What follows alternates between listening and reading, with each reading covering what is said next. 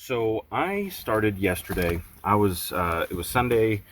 Ended up working from like 8 a.m. till 12:30 a.m. on Monday morning, and so just had a lot of time going back and forth to different jobs, fixing elevators, um, mostly hospitals and condos and stuff over the weekend. But I started The Martian by Andy Weir. So I am currently 60% in, and wanted to do something a little different. Going to do kind of my thoughts 60% into the book, and then I will come back with a second video. Well, not a second video. I'm going to film two videos and then mash them together. So I'll do my thoughts right now on what I think up to like 60%, as few spoilers as possible. And then I'll go into spoilers on the second part of the video. So clearly when you see, I'll probably have a different shirt on. It looks exactly the same, but it's a different shirt. And then maybe my hat or something. I don't know. This will probably be tomorrow. Okay, so I'm personally listening to it on Audible. I've owned the book for a little while. This is a little time sensitive because it's included with your Audible account right now, which is August 2nd, 2021. Don't know exactly how long they'll have it included, but enjoying the book quite a bit. I've noticed Andy Weir likes to cuss quite a bit. Like in the first page, there's a couple F words, like flat out F bombs dropped. So I don't love that, but it kind of fits the story. He's a guy that would probably do that. He's kind of a jokester, trickster kind of guy that is pretty irreverent. Kind of has some bathroom humor at moments. So it kind of makes sense to the story, and I get it. And I'm not condemning the book because it has bad words in it. It's just not my preferred. I feel like you can do it without it, and if you could do it without it, why are you choosing to do it with it? Mostly I'm bringing that up, say, for, don't hand this to a 13-year-old if you don't want him saying the F word a bunch. I don't think the movie has bad words in it. I'm going to watch the movie after this. I've wanted to watch the movie for a while, and so I'm not exactly, I haven't seen the movie, obviously, but, we'll go into that as well. Okay, I'm taking too much time talking about things that don't matter. Language in a book is completely up to you. I read Stephen King, so obviously cuss words don't bother me. So for a lot of the way, it's set up as, I don't know if you can see this very well, but it's set up as a log. He believes he's gonna die. He's hoping for rescue, but believes he'll probably die. He's stuck on Mars. The main character's name is Mark Watley. Sorry, should have said that earlier. I hope I'm saying that exactly right. Watley, something like that. It's a Watt something. Mark Watley, I believe. Might be Mark Watney. I'm not sure. I'm again rambling. But the thing that he has going for him is he's a botanist and a mechanical engineer. So he knows how to fix things and he knows how to grow things. So luckily, his job was to try to see if he can grow things in the Mars atmosphere. So he had a bit of Earth soil. So he needed, plant bacteria and things like that. And you basically started his own farm to try to keep himself alive. And then eventually makes contact with the people on Earth. They're working on a rescue plan. That's kind of where I am right now. It's a little bit more advanced than that, but it's fun just kind of seeing him work through things. The boredom of being alone, really enjoying. One of the people on the trip brought like 70s TV shows, and he's like, oh my gosh, I'm not going to enjoy this. And then you see him like in his log later go, I really just have to get back to this TV show. I want to see what happens next, and so it's kind of fun to see him, just trying to find ways to fill his time. He's alone for years until his rescue. If everything goes right, he can be rescued in 4 years. And so it's difficult for him to think about that and think, only a certain person could do this and not go crazy. Somebody who was a bit irreverent, somebody who had that ability to kind of make fun of yourself and give yourself a hard time when you've made mistakes and not really get very depressed. Because if you had a depressive attitude, you could get defeated and die on the planet, which is something that luckily Mark Watney that's not his personality type. And he's already kind of said, if it comes to a point where I'm going to starve to death, I'm just going to kill myself. He says this very early on. It's not a spoiler. he talks about, I'll just take a bunch of morphine and I'll kind of slowly pass off into the ether. He's not a religious man. He doesn't judge people who are religious, but he just kind of believes that when you're done, you're done. And so he has no qualms about suicide or anything like that. He just believes that when it's time to go, it's time to go, and he'd rather just not deal with that very, very painful death of starving to death. So he said, I'll just take the morphine and I'll drift off. But you see him working really, really hard. He needs to make communication. His satellite dish is broken. He was initially injured in a sandstorm as they're trying to leave. He's injured in a sandstorm. The antenna kind of hits him and then blows him away. They can't find him because he's been blown away. And luckily he has survived because the thing was in his suit and it created a bit of an air buffer, I guess that's how you describe it. And so I've found it just really enjoyable. Found myself, got about 4.5 hours of the audiobook done yesterday while I was driving back and forth, and really just enjoyed my time listening to the book. Haven't read any of it physically. I brought the book with me today. Didn't even have it yesterday, but I brought it from the house today and kind of found my place in the book. It's interesting. Like I've had a few moments imagining, because they spent some time with like people on Earth and the media coverage of what would happen if we had left a astronaut on Mars. And it's the biggest story in the world. Everybody's concerned. Everybody's wondering what's going on. Everybody's looking into the scenario. Everybody wants updates consistently. They have moments where they finally gain contact with him after a bunch of stuff goes on, and media's like, all right, we need a picture of Mark. They're like, this is ridiculous. We don't have time for this. We're trying to keep this man alive. They're like, look, just have him do a picture. The public want to see a picture of Mark. Really, we'd like to see a picture of his face.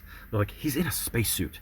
Why we can't get a picture of his, And it's like, so scientific people trying to work with media people, trying, the back and forth. I think everything's been very well thought out. When he did the story in the book, he even has moments where he kind of describes what caused things to fail, which are really interesting because sometimes when things fail, you never get, what happened.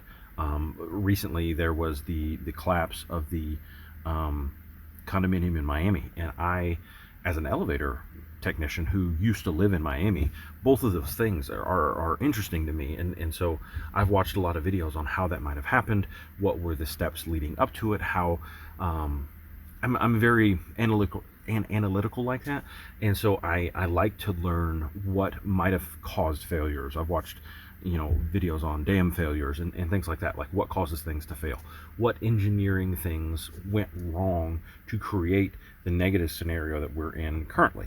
I find that super interesting. That's right up my alley. So him going into depth on what may have caused a piece of cloth to fail, or him going into depth on what may have caused some food to fail, or something like that, really just make my mind go, this is cool. I like that a whole lot. And the story is really, really, really great. Most likely, I haven't looked into it yet. I'm probably going to do some study on like how he created bacteria on Mars, temperatures on Mars, things that are interesting me while I'm reading the book. Ways that he talked about, like oxygen and carbon dioxide filters. I'd like to look those up. I'd like to see how that works. Some other things too that have just really been interesting and exciting. He's got like the rotor reclaimer, which makes a lot of sense. I see how that technology could work. And obviously it's all prototypes that we've talked about when going to Mars. How difficult it would be. One other thing that I've been super curious about in the ship that they're heading back on, the crew's heading back on after they left Mark, is artificial gravity. I would love to see what some prototypes we have created for artificial gravity are. I know I was watching a YouTube video recently where they talked about the spin. They were hoping that would create the centrifugal force would create artificial gravity, but I don't think it quite does. And so I'd love to see where Andy Weir had the thought on artificial gravity because our bodies need that gravity to be like okay. That's why we could probably live on the moon, probably live on Mars. It'd be hard on our bodies, but living in space for extended amounts of time is really, really bad for your body. Your muscles atrophy, your bones kind of elongate and separate. And so I know that that's something we have to, before we are able to do long distance space travel, we're going to have to figure out. Or our bodies will be useless piles of mush by the time we get to whatever long distance area we're going to. So I'd love to see what Andy Weir, his kind of thoughts on what that might be. I had a thought for a internal centrifugal force, like something that just really ramped really, really high. I don't know how we'd create something that made enough centrifugal force, internal centrifugal force, to create artificial gravity, but that's kind of how I've imagined it in my mind, like an internal centrifugal motor. Probably run on atomics or something. But that's kind of what I was thinking for artificial gravity. I'd love to see what he thought. He may have just said it's there, and not gone into the science of it, but I'd love to see that as well. So I will continue this video when I finish the book, probably today or tomorrow, and let you know what I thought of the ending. So after this point, obviously there'll be spoilers, but I will see you in just a minute. Hey guys, so finished The Martian. 2 days. It was great. Really, really enjoyed it. Had a blast. So this is spoilers. Obviously, this is the end of the book. Thoughts on the end of the book? I'm glad that Mark Watney just didn't have it given to him. There were troubles and strife along the way. I thought very, very believable. I mean, everything did work out. You kind of 1,000,000 to 1 odds that it did work out, but if it did, this has been the story that it was, and I found myself putting my place. Let's say that again. I found myself putting myself in the position of an American citizen watching this all happen, and that was emotional for me. Just imagining watching this happen to one of our astronauts. The joy you would feel, like at the end of the book, it was just like the American people were just holding their breath. Everybody had stopped what they were doing and just was like, what's going on? How do we, we're watching this, we're hoping this happens, we're hoping this is okay. I mean, just totally drawn in. The whole world's population was drawn in to trying to help this guy get home. And I think that was just beautiful. I think that was wonderful. He even kind of talks about it in the end of the book, that just fundamentally people are good. People want to help one another, want to be there for one another, want to serve one another. And I think that is so true. So really, really cool. I found that to be a great part of the book.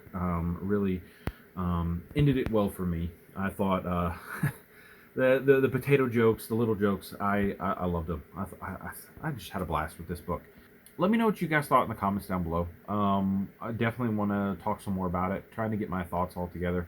This will probably be the only review I do on it, but it'll definitely be on some of my favorite popcorn sci-fi books. Especially like, dude, if you aren't really a sci-fi person and you're like, I want to read a sci-fi book, man, it scratches that itch for probably everybody I could think of. Because, I mean, it's super easy to get into, not a ton of scientific jargon. You slightly forward in the future, but, not enough that it's unbelievable. And I think tons of people would really enjoy it. So I would definitely say, yeah, give it a shot if you are a big fan of the science fiction genre, or if you're new, you're a newbie. So, all right, well, I'm going to stop the rambling, subscribe to the channel, check out the Discord. We do tons of read-alongs there. Working on some sci-fi series if you'd like to get into them some more. And we're going to do my monthly wrap-up here in like the next 30 seconds. So see you after that.